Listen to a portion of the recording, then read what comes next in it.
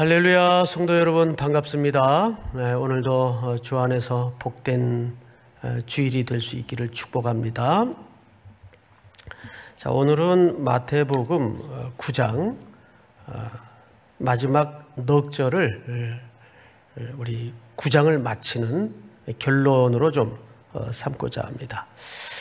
이 본문은 여러분 우리 교회 비전이 담겨져 있는 본문이기도 하기 때문에 굉장히 중요합니다.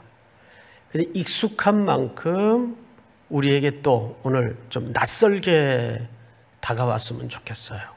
우리는 그냥 익숙한 본문은 뭐 또 그런 내용이 담겨져 있겠거니 이렇게 신중히 매일 새롭게 받기가 쉽지 않은데, 저도 오늘 이 본문을 준비하면서 너무 제가 하나님 앞에 깨닫고 받은 은혜가 커요.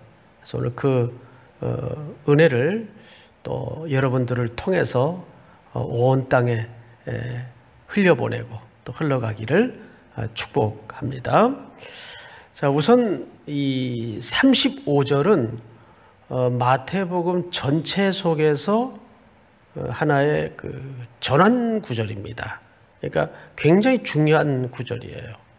사실 9장까지는 어떤 내용이 주로 소개되었었는가 하면 5장, 6장, 7장 더불어 우리가 산상 위에 예수님의 천국의 가르침에 대해서 쭉 배웠어요. 그리고 7장, 8장, 9장은 예수님이 그 가르치신 이후에 산 아래 내려오셔서 온 마을을 두루 다니시면서 병든 자, 약한 자 이런 대상을 만나서 회복하시고 고쳐주시고 하는 장면들을 사실 제자들에게 보여주신 겁니다. 제자들에게. 그러니까 제자들에게 말씀을 먼저 가르치시고, 두 번째는 그 가르친 말씀. 자, 우리 마태복음을 들으면서 놓치지 말아야 될 세 가지 주제에 해당하는 단어를 기억하라고 말씀을 드렸어요. 첫째, 마태복음 4장 17절에 천국이 가까웠느니라. 하나님의 나라. 하나님의 나라의 주제는 당연히 그리스도. 하나님의 나라. 근데 이 나라는 무엇과 함께 온다고 했죠? 그렇습니다. 권세, 권능과 함께 오는 거예요. 무기력한 나라가 아니에요. 믿습니까? 여러분들은 그 나라 백성들이죠. 그렇다면 이미 여러분들은 그 권능을 구할 자격이 있고 권능을 당연히 구해야 돼요. 그 나라는 권능과 함께 옵니다. 하나님의 나라, 권능. 근데 그 권능이 어디를 향하고 있다고요? 영광. 그래서 주기도문을 가르치실 때도 예수님께서 대개 나라와 권세와 영광이 누구에게? 아버지께 있나이다. 그 영광은 아버지께로 향하도록 되어 있어요. 그래서 우리는 계속 그 아버지께로 향하는 영광의 실체가 무엇인가를 오늘 마태복음을 진행하는 가운데 중요한 전환점에 이르게 된 겁니다. 그 구절이 바로 35절이에요. 자, 그런 의미에서 우리 화면 앞에 앉아 있는 성도들, 또 우리 본당의 교육자님들 한번 같이 전체가 첫 절을 합독하도록 하겠습니다. 다 같이 시작. 예수께서 모든 도시와 마을에 두루 다니사 그들의 회당에서 가르치시며 천국 복음을 전파하시며 모든 병과 모든 약한 것을 고치시니라. 네, 여기에 이제 우리 교회가 이 땅에 주님 다시 오실 때까지 추구해야 될 교회 존재의 가치가 이 속에 다 담아져 있어요. 그래서 첫째, 고치시고 전파하시고 가르치시며, 거꾸로는 가르치시며 전파하시고 고치시다.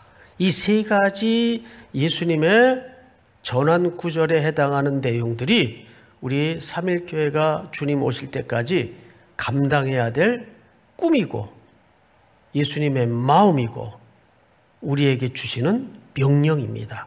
그런 차원에서 이 본문 아주 중요하겠죠?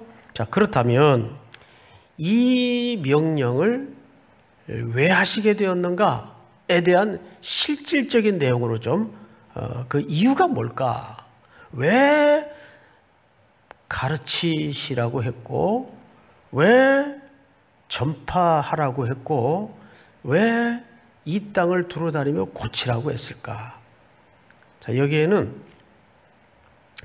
예수님의 지금까지 제자들 앞에 보이셨던 모든 사역들이 이제는 머지않아 예수님은 십자가의 대속의 죽음을 죽을 것이고, 그 남은 사역들을 누구에게 위탁하고 있는 모습이죠? 그렇습니다. 교회와 바로 이 제자들에게 지금 그 사역을 맡기고 있는 거예요.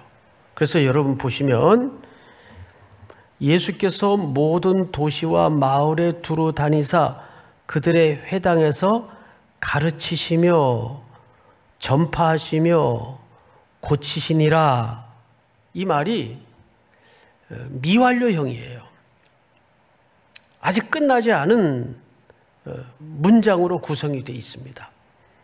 예수님 때부터 이 사역은 지금까지 계속 진행되어야 하는 사역으로서 설명하고 있어요. 자, 그렇다면 이 세 가지 명령에 이제 본론으로 들어가서 이유가 뭔가를 아셔야 돼요. 36절 잘 보십시다.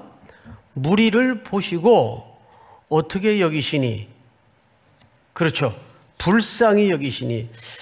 여러분 이 단어는 제가 아주 자주 빈번하게 인용하고 설명드렸던 내용이기 때문에 낯설지는 않을 텐데, 자, 우리 한번 헬라 말이긴 하지만 집중하는 의미에서 한번 따라서 해볼까요? 스플랑크 니조마이. 예, 잘 따라하셨어요. 이 단어가 바로 여기서 불쌍히 여기시니 그 뜻이에요. 이 불쌍히 여기시니, 스플랑크 니조마이라는 단어는 하나님의 마음을 가장 잘 대신하고 설명하는 정점에 해당하는 단어예요. 모든 구원이 사실은 이 단어와 이 마음에서 출발이 되고 시작이 됩니다. 그렇다면 여러분, 우리 성도들의 삶 속에, 그리고 교회의 가치 속에 다른 건 다 양보해도 양보하지 말아야 될 정점의 가치가 무엇이어야 할까요? 긍휼히 여기는 마음이에요. 믿습니까? 스플랑크 니조마이, 불쌍히 여기는 마음이에요.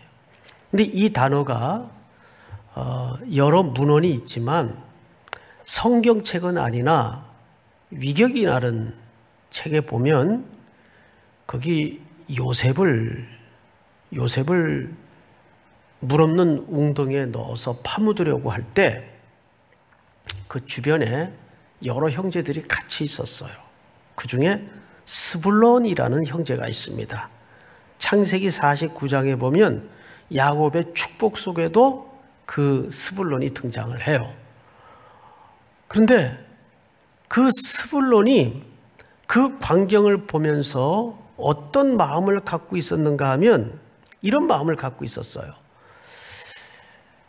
이게 야곱의 열둘 아들이라는 책에서 인용한 내용인데, 스불론은 요셉이 형들에게 자기 목숨을 살려달라고 간청할 때 느꼈던 감정을 이렇게 설명했어요.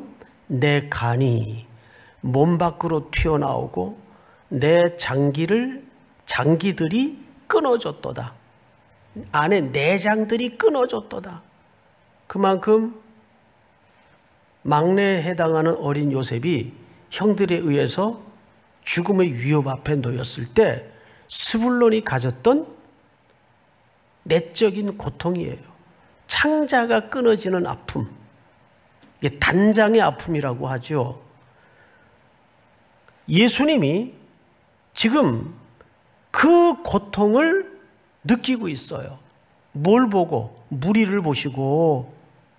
자, 성경을 한번 볼까요? 무리를 보시고 불쌍히 여기시니 이는 그들이 목자 없는 양같이. 여기 아주 중요한 비유를 예수님이 쓰셨어요. 일부러. 마태는 이 대목을 놓치지 않습니다. 자, 무엇과 무엇의 관계로 비유를 했죠? 목자와 양. 목자와 양. 이 관계는 오늘 이 본문이 말하고자 하는 핵심 의미를 드러내는 매우 중요한 구약의 배경을 가지고 있는 단어요, 비유입니다. 자, 그러면 그건 나중에 좀 설명을 하고, 맞아, 무리를 보시고 불쌍히 여기신 그 대목을 조금 더 추론해 들어가겠습니다. 자, 목자 없는 양과 같이 뭐하며 뭐함이라. 예, 고생하며 기진함이라. 우리 한번 따라서 해볼까요, 성도님들? 자, 따라서 합니다. 고생하며 기진함이라. 이 고생하며 기진함이라는 말은 어떤 그 의미인가 하면 우선 단어적 그 개념을 좀 설명을 드리겠습니다. 이 스킬로 고생하다. 이 말은 매일 무엇인가 짓이겨져 가지고 아주 못 쓰게 된 상태인데 그 상태가 이렇게 너덜너덜한 상태.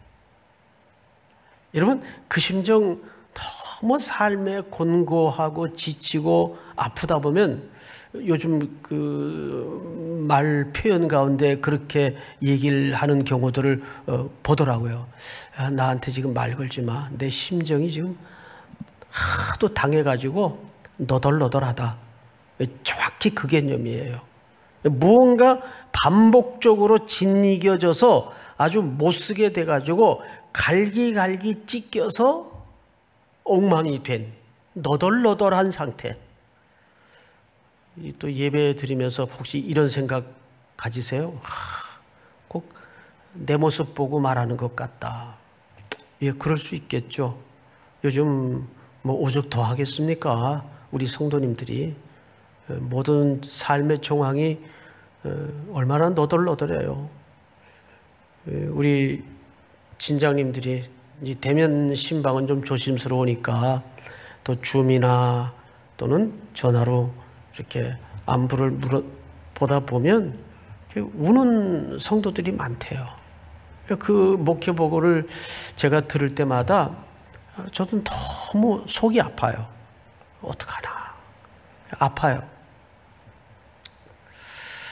그래서 지난 한 주간 또 기도하면서 제가 요엘서를 읽는 가운데 요엘서 2장 17절에 보니까 제사장들아 낭실과 제단 사이에서 울라 그랬어요. 울라. 그 본당에 앉아가지고 한 주간 기도를 하는데 뭐 기도도 시작을 안 했는데 눈물밖에 안 나더라고요. 성도들 그 아픔을 또 생각하니까 우리 성도들이 전부 너덜너덜한 상태예요. 두 번째, 이 흐립토라는 말은 즉 오늘 기진함이라라는 말로 표시가 됐죠. 기진함이라. 근데 이 기진하다는 말은 이게 전부 수동태예요. 문법적으로 수동태로 쓰여져 있는데 이렇게 위에서 아래로 내던져진 졸지에 내 삶이 그냥 어느 날 말할 수 없이 바닥에 처박히는 불현듯 갑자기 이런 인생의 고통들이 찾아올 수 있단 말이에요. 이 코로나19 사태도 사실 우리 모든 성도들에게 그런 정황이죠. 그래서 지금 성도들이 전부 기진하고 고생하고 있어요. 그걸 보시고 예수님이 뭐 하셨다고요? 불쌍히 여기사 스플랑크니조마이, 창자가 동갈이 난다는 말을 아세요? 이게 이제 경상도 말인데, 오래전에 어느 목사님, 경상도 마산 분인데, 이 마산이 말이 셉니다. 애들 설교를 하다가, 여러분, 동갈이 나가지고, 그 애들이 못 알아듣잖아요. 집에 와서 묻더래요. 아빠한테. 아빠, 동갈이가 뭐야? 아빠들 그걸 알겠어요? 응? 근데 창자가 갈기갈기 끊어지는 듯한 그런 고통을 얘기하는 거예요. 그걸 보시고 그들이 기진해 있고 고생하고 있는 걸 보면서, 자, 그런데 성경을 좀 보십시다. 36절 잘 보세요.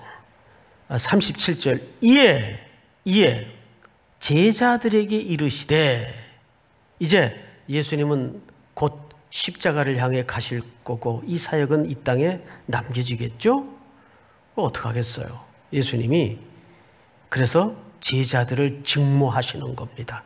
이 사역을 제자들에게 이제 위임하기 위해서 제자들에게 부탁을 하는 거예요. 그렇다면 여러분, 이 제자들은 오늘날 어디를 얘기하는 거예요? 누구를 얘기하는 거예요? 우리 삼일교회 성도 여러분들을 얘기하는 거예요. 아유, 지금 나도 죽겠는데 나한테 또 그런 무슨 부탁을 해? 예, 그래도 이것은 오늘 이 아침에 우리 성도들에게, 우리 삼일교회에 명령하시고 부탁하시는 내용으로 듣지 않으면 이 본문은 나와 아무 상관이 없는 본문이 되고 우리 교역자들과 우리 성도들과 아무 상관이 없는 본문이 됩니다. 제자들에게 이르시되, 추수할 것은 우리말 성경에는 만퇴 이렇게 되어 있는데 헬라말을 보면 여기에 맨이라는 말이 해석이 빠졌어요. 정말 많대 이 뜻이에요. 정말 많대. 그리고 또 번역 하나가 빠졌는데 38절 앞에 일꾼이 적은이가 아니에요. 대라는 말이 빠졌어요.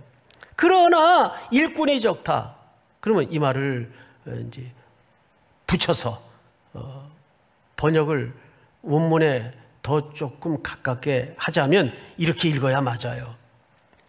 추수할 것은 정말 많은데 그러나 일꾼이 적으니.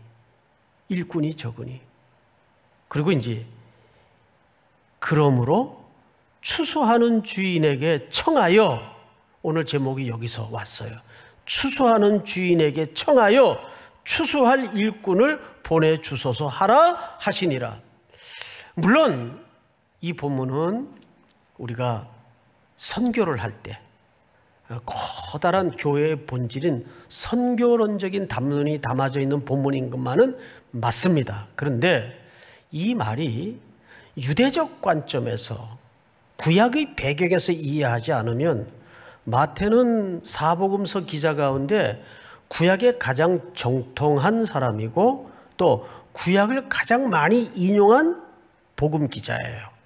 그래서 이 내용이 뭘 얘기하는지 우리는 구약에서부터 그 정확한 개념을 추적하지 않으면 이게 그냥 단순히 선교로만 이해할 수가 있어요. 우선 아까 설명드리려다가 말았던 목자와 양, 이 목자와 양은 구약에서 철저하게 하나님과 백성들의 관계를 설명할 때 목자와 양으로 설명을 합니다. 그래서 이 인용은 사실상 에스겔서 34장에서 따왔어요. 자, 우리 에스겔서 34장 오늘 좀 주된 내용이 여기에서 다 드러날 겁니다. 34장 전체에서. 그러니까 이 예배가 마친 다음에 우리 성도님들은 특별히 그 자리에 그대로 앉아서 자리를 뜨지 마시고 에스겔서 34장을 다 열어서 보시는 수고가 좀 필요할 것 같습니다. 우리 1절서부터 한번 보겠습니다. 1절 자막을 좀 보세요. 좀 길지만 제가 방송실에다 부탁을 드렸는데 저하고 교독을 해가면서 설명을 좀 듣겠습니다. 여호와의 말씀이 내게 임하여 이르시되, 인자야, 너는 이스라엘 목자들에게 예언하라. 그들 곧 목자들에게 예언하여 이르기를 주 여호와께서 이같이 말씀하시되 자기만 먹는 이스라엘 목자들은 화 있을진저 목자들이 양떼를 먹이는 것이 마땅하지 아니하냐. 자, 여기 보시면 목자들의 책임은 양떼를 뭐 하는 겁니까? 먹이는 거예요. 그래서 제가 항상 우리 후배 교역자들에게도 늘 불현듯 느닷없이 묻는 질문이 목사는 누구냐? 목사는 뭐냐? 여기에 답을 못하면 안 돼요. 목사는 말씀을 먹이는 자예요. 나머지는 전부 그 다음 얘기입니다.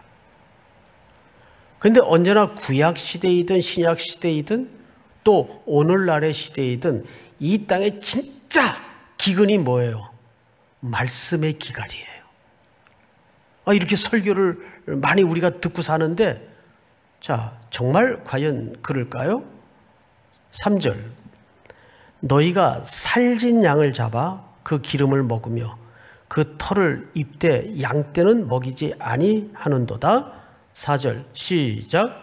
너희가 그 연약한 자를 강하게 아니하며 병든 자를 고치지 아니하며 상한 자를 싸매주지 아니하며 쫓기는 자를 돌아오게 하지 아니하며 잃어버린 자를 찾지 아니하고 다만 포악으로 그것들을 다스렸도다. 양떼들이 목자들에 의해서 이런 취급을 받고 있는 현실들이 얼마나 많습니까? 그래서 목자는 양떼들에게 첫 번째 책무가 바른 꼴을 먹이는 거예요. 믿습니까, 여러분? 바른 꼴을 먹이는 거예요. 다음 절을 보십시다. 목자가 없으므로, 예수님의 심정이 여기서 인용이 된 거예요. 목자가 없으므로 그들이 흩어져서 모든 들짐승의 밥이 되었도다. 내 양떼가 모든 산과 높은 맷뿌리에마다 유리되었고 내 양떼가 온 지면에 흩어졌으되 찾고 찾는 자가 없었도다. 지금 예수님이 바라보신 무리들의 형편이 이스라엘에 많은 종교 지도자들이 있고 말씀을 연구하는 자들이 있는데 그 말씀을 제대로 해석해주고 제대로 전하고 제대로 가르치는 바른 꼴을 먹이는 목자가 없더라 그 말이에요. 그걸 예수님이 가장 아프게 생각하신 거예요. 그러니까 양떼들은 어떻게 될까요? 여기에 꼴이 있을까? 저기에 꼴이 있을까? 킁킁거리면서 엄한 데 돌아다니다가 시궁창에 빠지고 또 어떤 잘못된 목자의 그 선동에 놀아나고. 다음 절을 보세요. 다 같이 시작. 그러므로 목자들아 여호와의 말씀을 들을지어다. 여기까지가 이 에스겔 선지자가 바라본 그 구약의 참혹한 현상이었어요. 자, 그런데 이제 성경을 좀 나아가서 17절을 좀 건너뛰십시다. 17절. 전체를 좀 읽었으면 좋겠는데 시간이 안 되기 때문에 주 여호와께서 이같이 말씀하셨느니라. 나의 양떼 너희여, 내가 양과 양 사이와 수량과 수염소 사이에서 심판하노라. 다 같이 시작. 너희가 좋은 꼴을 먹는 것을 작은 일로 여기느냐? 어찌하여 남은 꼴로 발로 밟았느냐? 너희가 맑은 물을 마시는 것을 작은 일로 여기느냐? 어찌하여 남은 물을 발로 더럽혔느냐? 지금 이 목자는, 하나님은 일관된 관심이 좋은 꼴, 바른 음식, 첨가물이 들어가지 않은 양떼들에게 정말 엑기스가 되는 음식, 그리고 건강한 물, 그걸 원하시는 거예요. 다윗이 시편 23편을 통해서 노래한 노래의 의미가 그런 비유를 담고 있습니다. 여호와는 나의 목자시니 내게 부족함이 없으리로다. 그가 나를 푸른 초장에 맑은 시냇가로 누이시고 인도하신다 그 말이에요. 다음 절. 나의 양은 너희 발로 밟은 것을 먹으며 너희 발로 더럽힌 것을 마시는도다 하였느니라. 자기 자식이 내 양떼가 그런 시궁창에 그런 더러운 음식을 먹고 그 생활을 하고 있는데 눈으로 그거를 보고 있다고 한번 생각을 해보세요. 여러분 자식이 그게 좋은 음식인지 나쁜 음식인지도 구분을 못한 채 그런 얼룩지고 더럽고 오염된 누추한 음식을 먹고 있다고 한번 생각을 해보세요. 속에서 불이 안 나면 그건 참 목자가 아니죠. 불이 나야 되죠. 다음 절. 그러므로 주 여호와께서 그들에게 이같이 말씀하시되 나 곧 내가 살진 양과 파리한 양 사이에서 심판하리라. 다음 절 시작. 너희가 옆구리와 어깨로 밀어뜨리고 모든 병든 자를 뿔로 받아 무리를 밖으로 흩어지게 하는도다. 네, 실제 이런 일들이 좋은 옷 입은 사람만 환영하고 헌금을 많이 내는 사람만 환영하고 내 수고가 가야 되고 내 나눔이 가야 되는 찾아오는 불쌍한 양떼들은 어깨로 밀어내고 뿔로 받아 못 들어오게 하고 그런 일들이 일어날 수 있다 그 말이에요. 다음 절. 그러므로 내가 내 양떼를 구원하여 그들로 다시는 노략거리가 되지 아니하게 하고 양과 양 사이에 심판하리라. 다음 절 시작. 내가 한 목자를 그들 위에 세워 먹이게 하리니 그는 내 종 다윗이라. 그가 그들을 먹이고 그들의 목자가 될지라. 자, 여기 보시면 중요한 예언을 하죠. 내가 한 목자를 그들 위에 세워 먹이게 하리니 그는 내 종 누구라? 다윗이라. 에스겔서는 이미 다윗 이후의 글이란 말이에요. 선지자고. 그럼 이 다윗은 누구를 얘기하냐 하면 우리 마태복음 2장 6절을 한번 보십시다. 띄워주세요. 다 같이 시작. 또 유대 땅 베들레헴아 너는 유대 고을 중에서 가장 작지 아니하도다. 내게서 한 다스리는 자가 나와서 내 백성 이스라엘의 목자가 되리라 하였음이니이다. 자, 이분이 누구십니까? 예수 그리스도. 누구의 혈통을 통해 오셨어요? 다윗의 가계를 통해 오셨어요. 할렐루야. 그러면 에스겔 선지자는 그런 심판받아 마땅할 목자를 대신해서 하나님은 누구를 보내실 계획을 사실상 선포하고 있는 겁니까? 참 목자. 우리에게 가장 안전한 목자. 그리고 우리를 위해 가장 온전한 목자를 보내실 것을 약속하셨고 그 목자는 지금 오신 거예요. 그래서 예수 그리스도는 여기서 자신이 참 목자임을 구약의 예언의 성취의 관점에서 드러내고 있는 겁니다. 믿습니까? 자, 마지막으로 한 군데만 더 읽겠습니다. 이제 회복을 얘기하는데 25절을 보십시다. 에스겔서 25절. 내가 또 그들과 화평의 언약을 맺고 악한 짐승을 그 땅에서 그치게 하리니 그들이 빈들에 평안히 거하며 숲풀 가운데에서 잘지라. 다음 절 시작. 내가 그들에게 복을 내리고 내 산 사방에 복을 내리며 때를 따라 소낙비를 내리되 복된 소낙비를 내리리라. 다음 절 그리한즉 시작. 그리한즉 밭에 나무가 열매를 맺으며 땅이 그 소산을 내리니 그들이 그 땅에서 평안할지라.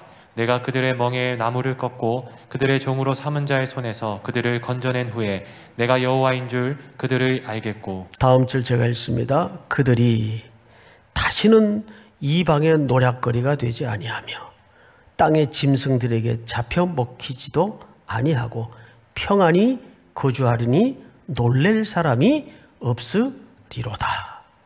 할렐루야. 사랑하는 성도 여러분, 그러면 이제 마지막으로 오늘 본문에서 추수를 한다는 것은 구약의 배경 속에서 이해를 해야 됩니다.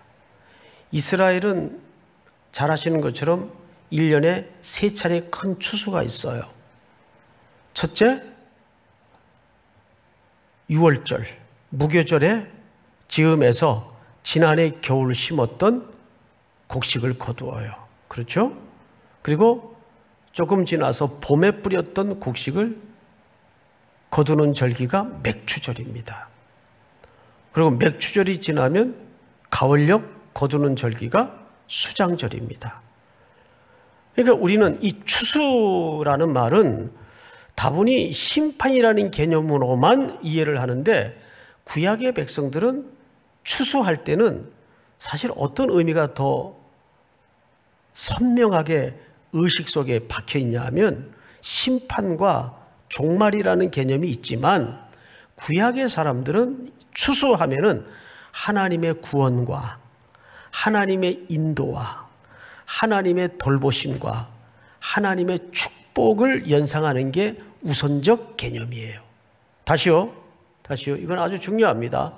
구약 사람들이, 또 마태가 여기 추수 개념을 설명한 것은 하나님의 구원과 하나님의 인도와 하나님의 보호와 하나님의 축복을 떠오르는 게 우선적 개념이에요. 그러면 오늘 여기서 우리 본문 다시 돌아가서 마지막 절을 한번 제가 읽겠습니다. 그러므로 추수하는 주인에게 청하여 추수할 일꾼들을 보내주소서 하라 하시니라. 당연히 추수할 이 주인은, 추수하는 주인은 하나님을 얘기해요. 그 하나님의 초대에 의해서 이 사역에 동역할 사람들을 청하라 그 말이에요. 그러면 여기 추수는 뭘 얘기할까요? 못된 놈은 처단하고 잘한 사람은 상을 주고 하는 이런 심판적 개념의 추수를 얘기하는 게 아니에요. 이렇게 표현하면 좀 정확할 겁니다. 사람을 심판하기 위한 추수가 아니라 사람을 위한 추수예요. 여기 추수라는 개념은 그래서 먹인다는 개념이에요. 할렐루야. 먹인다는 개념이에요. 오늘 이렇게 가치가 혼란스럽고 이렇게 시대가 뒤숭숭할수록, 오늘 여기 교육자님들만 앉아 계시지만 또 화면 너머 성도님들 잘 들으셔야 돼요. 진짜 추수는 하나님이 주신 복으로 뭐 하는 거예요? 이 시대를 하나님의 말씀으로 잘 먹여야 돼요. 예수 그리스도가 밥이십니다. 예수 그리스도가 이 시대의 영원한 양식이 되십니다. 그게 추수하는 거예요. 믿습니까? 여기서 말하는 추수라는 개념은 잡아놓고 불태우고 하는 그런 심판적 개념을 말하는 게 아니에요. 하나님의 은혜로 시대를 먹이고 하나님의 주신 복으로 어디가 참된 양식인가를 부지런히 소개하고 선포하는, 그래서 이 땅에 아무데나 흙투성이 만신창이가 되어서 너덜너덜한 채 자빠져 있고 누워있는 그 양떼들을 향해서 우리의 당연히 들어와야 될 그 양떼를 찾아 뭐 하는 거예요? 시대의 가장 진정한 추수의 목적은 그들에게 건강한 꼴을 먹이는 겁니다. 믿습니까? 어느 때보다도 하나님의 말씀의 사역자들이 가장 시대정신에 부합할 수 있는 유일한 방법은 더 말씀을 바르게 공부하고 더 바르게 선포하고 더 양질의 바른 하나님의 말씀을 이 시대 앞에 선포하는 겁니다. 용기를 가지고 온라인으로든 유선상으로든 계속 말씀을 읽어주고 말씀을 가르치고 이 말씀이 결국 그들을 살려내고 그들을 배부르게 할 수 있기 때문입니다. 믿습니까? 오늘 우리 화면 너머 성도님들에게도 일터에서 일상에서 그런 소명으로 사명으로 다시 한번 그리스도의 초대 앞에 기꺼이 응답하는 은혜가 있기를 주님의 이름으로 축복합니다. 우리 다 일어나셔서 날마다 숨쉬는 순간마다